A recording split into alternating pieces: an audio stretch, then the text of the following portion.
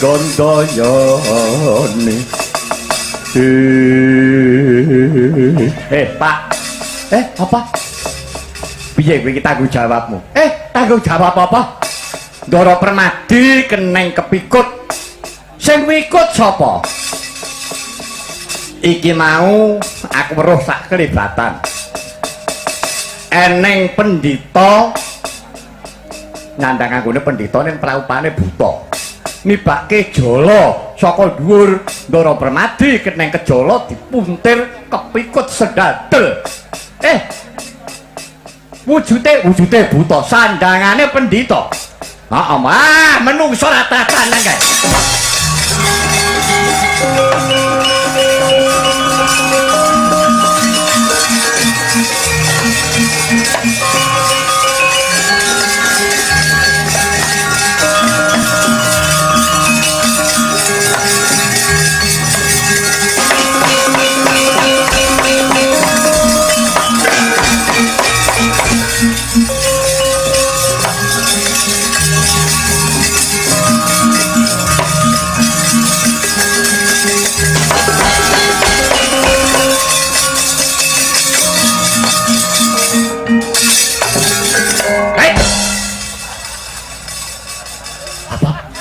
kliwat piye kowe kira partek apa senengane kondisi iki ora jare eneng buta nyandang anggone pendhita endi menungsane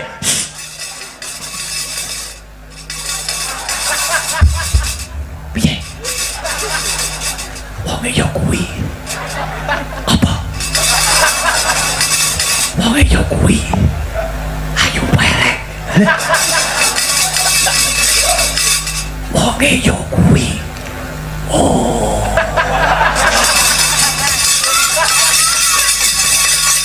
kupingmu bosok senengane wong ki mbaya ngrumangsani wah budak ngono nekat ora kuwi lho wonge kene mundur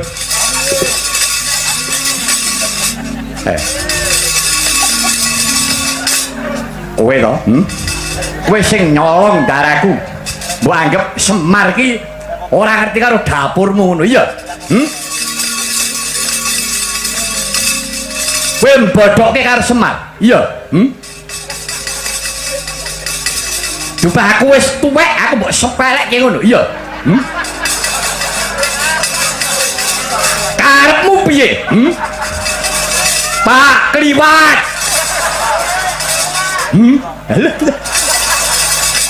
bapak nek nesu kaya ketoprak karepmu kepiye hanggepmu apa apa kowe njaluk tak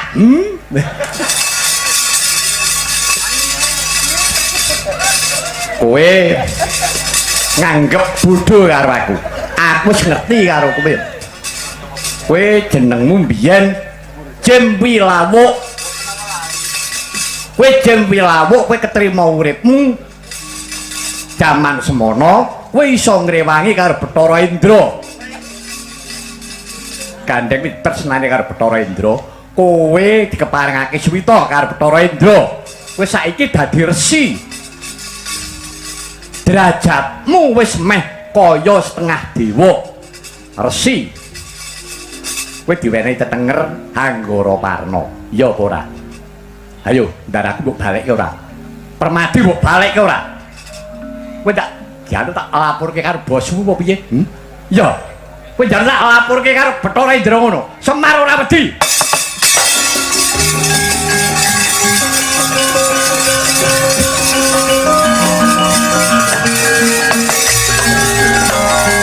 aduh nyun pangapunten Kyai leres menapa ingkang paduka dawuhaken kula pun wilawuk rening kula menika caket kaliyan pukulun Mang Bathara Indra panjenengan kula pun parengaken suwita kaliyan panjenenganipun Tru kuwi jenenge sapa wilawuk biyen alah kowe ta wuk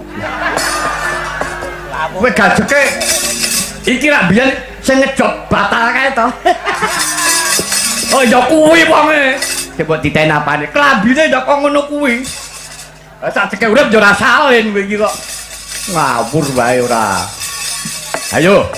Daraku Permadi mbok balekke ora. Yen nganti Daraku Permadi getek ciri. Aja takon dosa. Mboten, Kyai.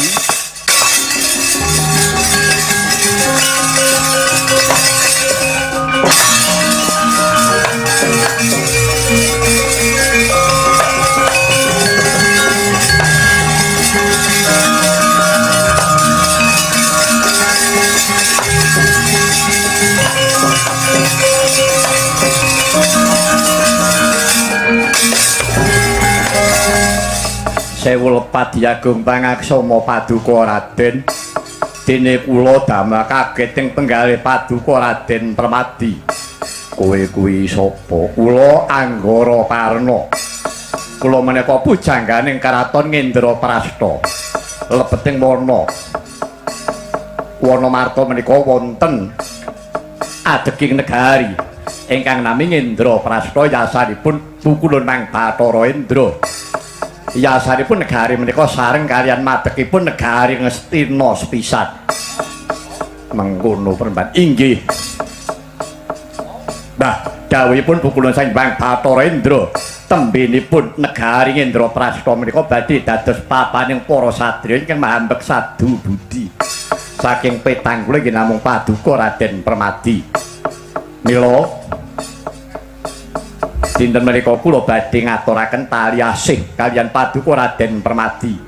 Menika inggih pusaka paringanipun pukulun Sang Hyang Bathara Indra. Mustikaning negari Ngendraprasta monggo Raden kula aturi nampi.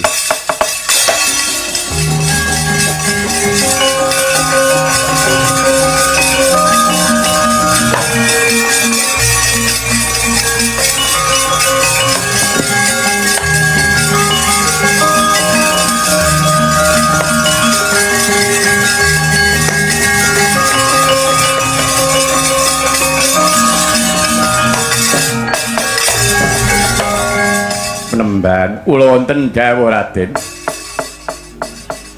Pusaka telu iki apa wae? Raden ingkang wujud sela.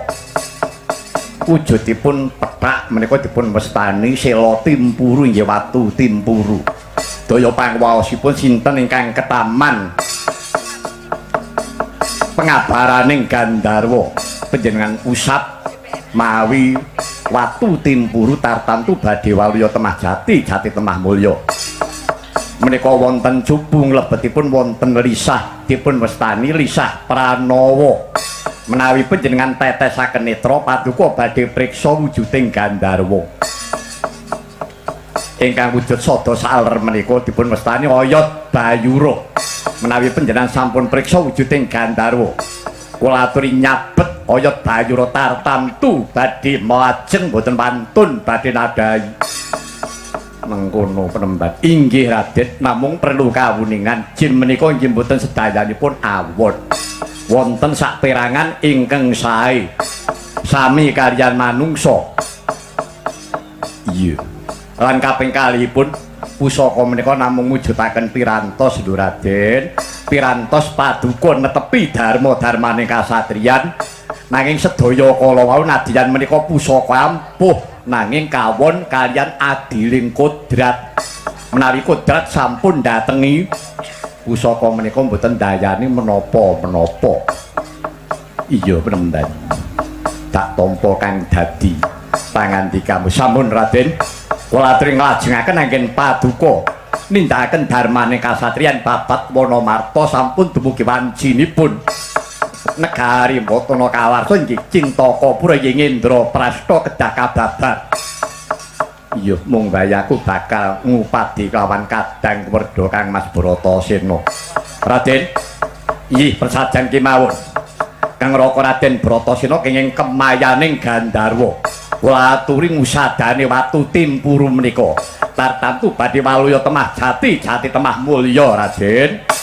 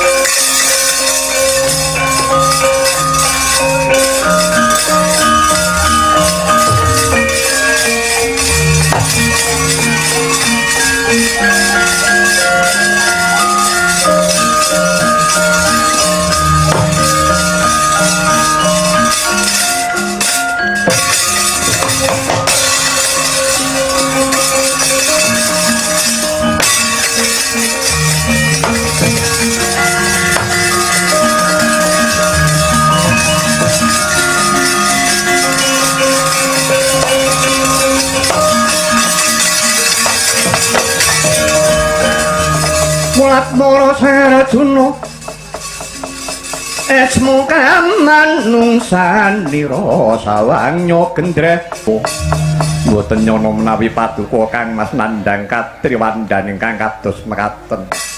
Wah, jlamprung permati.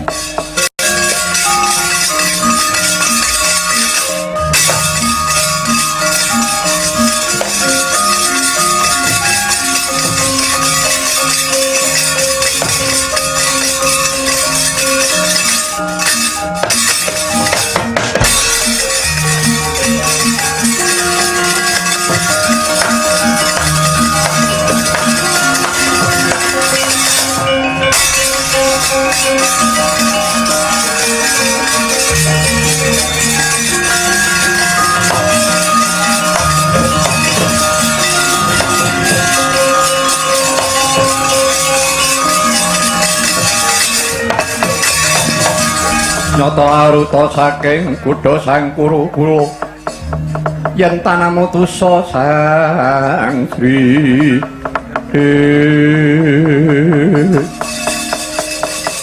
wah permati jebul kowe entuk pusaka sing ampuh titik bisa maluyakake karo aku estunipun ingkang saged maluyakaken menika sanes kula menika peparing saking Gusti ingkang akarya jagat ambuk bilih sampun dumugi kala mangsanipun Kang Mas Bratasena kedah waluya temah jati yo yen to pancen nerusake anggone padha nindakake dharma nganti kendho rasane atimu.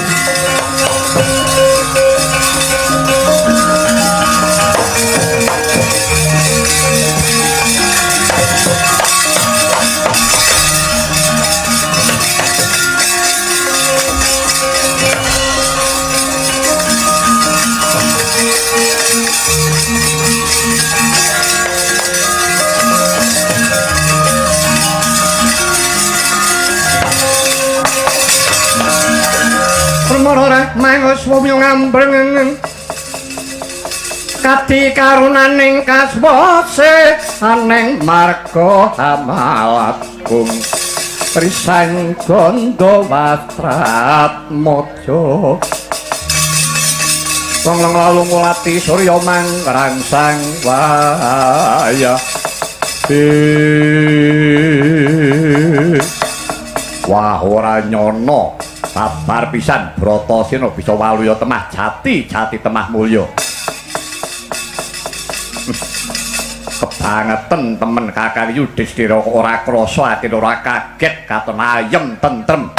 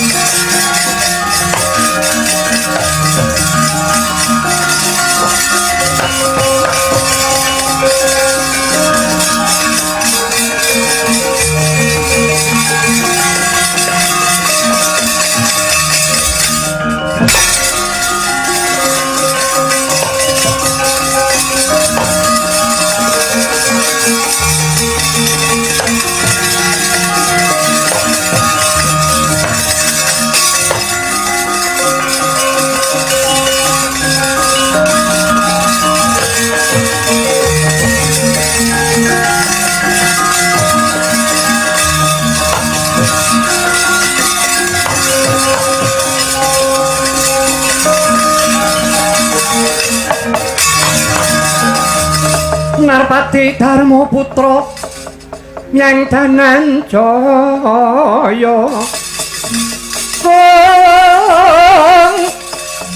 maturing Raka Narendra Rimurti sawas komatya wasananira katur sadaya Danduncana ya Kakang Yudhistira sajak semengko pengawak bojo